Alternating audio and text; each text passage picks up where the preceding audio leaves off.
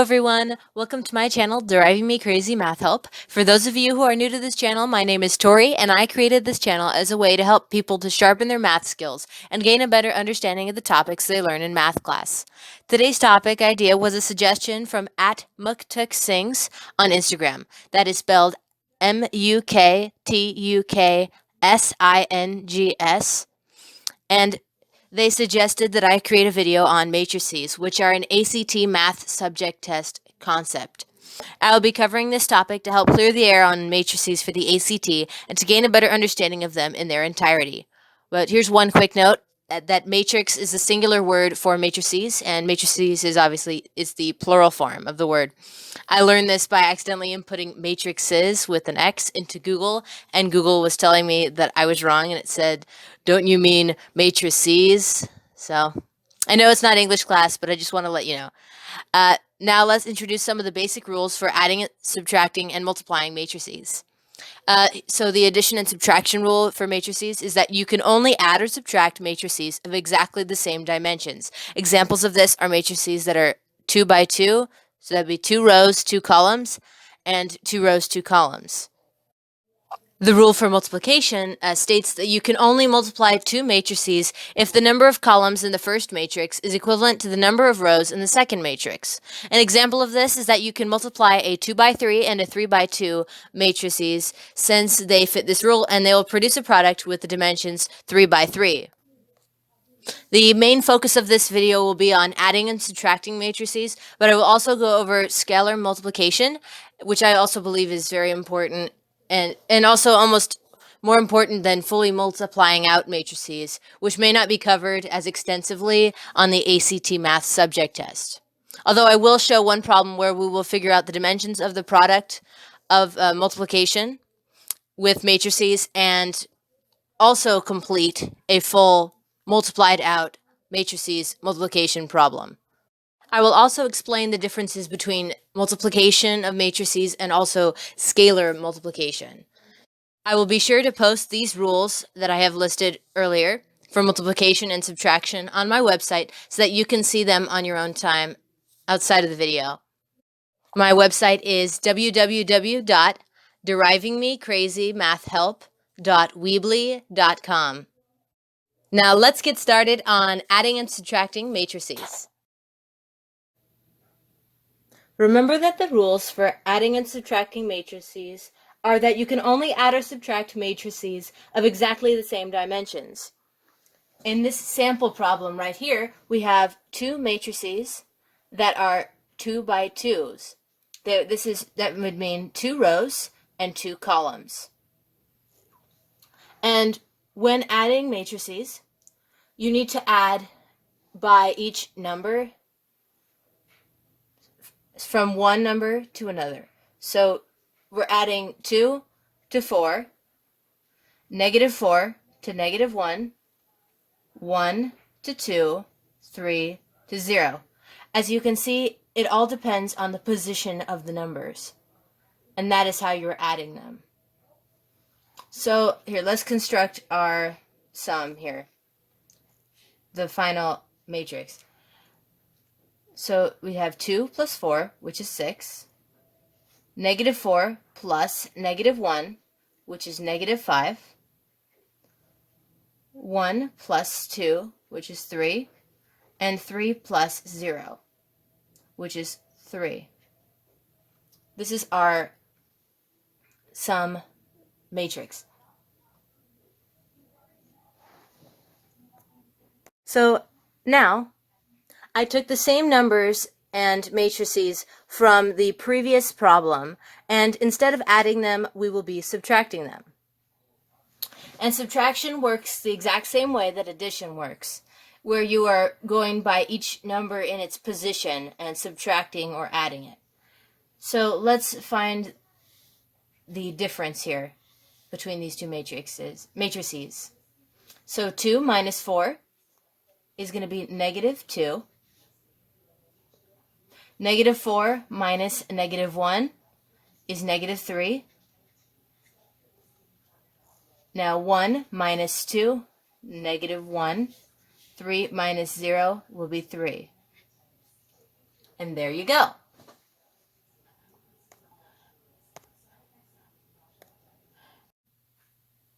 Now let's work on some multiplication of matrices. In this method, we're going to be using checking compatibility of matrices, so if we can multiply them at all, and we're going to work out the problem fully and introduce a few facts. So just a quick reminder is the rule for multiplication of matrices, which is that you can only multiply two matrices if the number of columns in the first matrix is equivalent to the number of rows in the second matrix. So let's get started. Our first matrix is going to be 5, 4, 3, 2, 1 times 5, 4, 3, 2, 1. Those are all separate numbers. And so let's analyze them. This is we always go rows by columns when we talk about the dimensions on a matrix.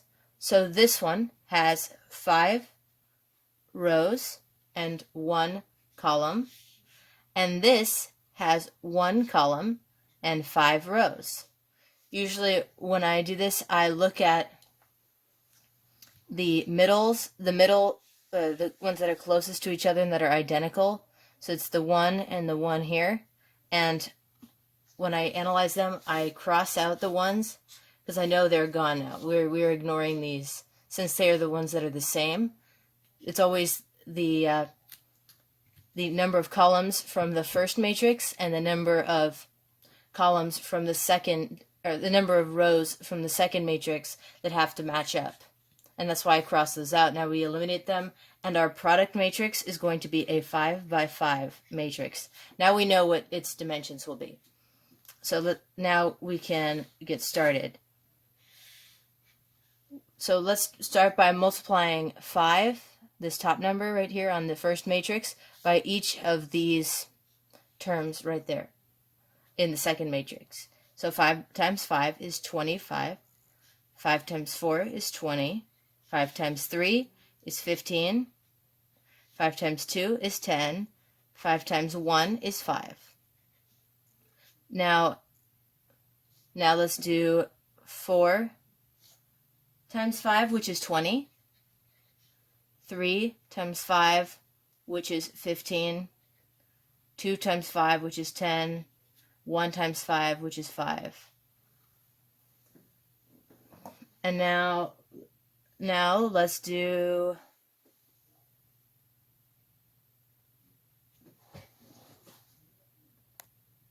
now that we have the sides of this, we can go ahead and fill in the rest. Sometimes it's good to start with the sides so they can act as a guide for you. And now you want to do, since this is 4 times 5, so 4 from the first matrix times 5 of the second matrix. Now we do 4 times 4, which is 16. 4 times 3, which will be 12. 4 times 2, which is 8. And 4 times 1, which is 4. And now let's do, so this is 15 is 3 times 5. So 3 from the first matrix times 5 of the second matrix. So now let's do 3 from the first matrix times 4 of the second matrix, which will be 12. Now 3 times 3, which is 9. 3 times 2, which is 6. 3 times 1, which is 3. Now 10 is 2 from the first matrix times 5 from the second matrix. So now let's do 2 times 4, which is 8. 2 times 3, which is 6. 2 times 2, which is 4. 2 times 1, which is 2. Now let's do the 5. So 5 is composed of the 1 from the first matrix times 5 of the second matrix. So 1 times 5 is 5. 1 times 4 is 4. 1 times 3 is 3. 1 times 2 is 2. And 1 times 1 is 1. And there you go. We have multiplied our matrices here, and we know that they're compatible since the column number from the first matrix is equivalent to the row number from the second matrix. And after that, we analyzed that the dimensions of the second, and not the second, but the final matrix will be 5 by 5. And now we could double check that we do have a 5 by 5 dimensional matrix. So 1, 2, 3, 4, 5. 1, 2, 3, 4, 5. And another way that you know you're correct is when you see that on the diagonal, all of your numbers are squares. So this is 5 squared, 4 squared, 3 squared, 2 squared, 1 squared. Thank you. Another type of multiplication for matrices is called scalar multiplication. Feel free to correct me in the comments if this is an incorrect pronunciation of it, but that is just the way I say it. So scalar multiplication is a bit like something like 5 times a b. In scalar multiplication, we multiply that 5 by a and 5 by b. So it applies to all of the individual components of the matrix. Now let's get into a more complicated problem. Now let's take the same example we had when we were demonstrating scalar multiplication. So that was the 5 times the matrix A, B. And now let's treat both A and B as variables in this circumstance. So 5 times the matrix AB equals 14 times the matrix 20, 12. And now in the end of this, since A and B are variables, we want to know what A plus B is. So now I would begin first by dividing by 5 on both sides of the equation. So that way we can isolate A, B, that first matrix. So now we have A, B equals 14 fifths times 20, 12. So it looks a bit like 72, but that's 20, 12. So now 14 over 5 times 20 will be, so 20, so we take 1 out of 5, right? We take 5 out of 5, which is 1, 5 out of 20, which is 4. 4 times 14 is going to be 56. And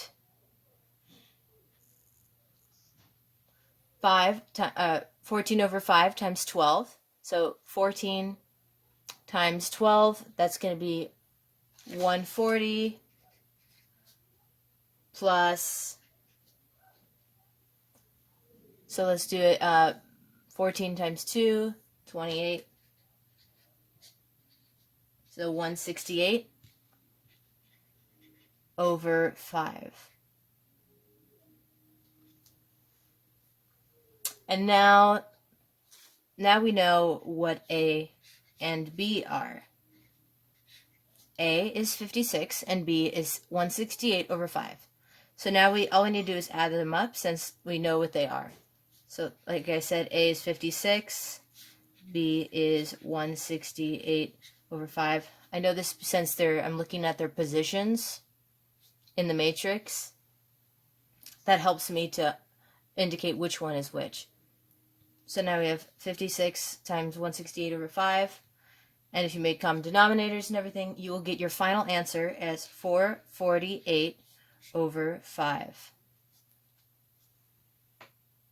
And that is how you use the scalar method of multiplication for matrices or matrices.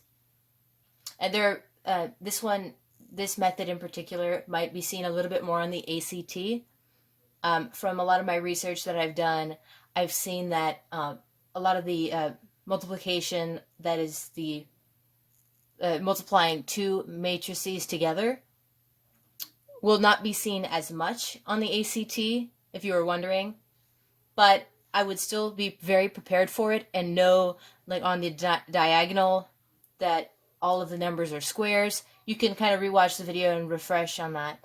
But it's obviously a lot more complicated when multiplying two different matrices, whereas you kind of have a constant and a matrix, and a constant and a matrix in this case with the scalar method and using it kind of in reverse almost. It's very similar to the scalar method from what we've done here today, but this is just a little more complex and challenging application of it. Hopefully this was a helpful video for you, and enjoy the rest of your day. I hope that the SAT and the ACT, if you see this ever on any of their math tests, I hope that you're well prepared for it. Thank you.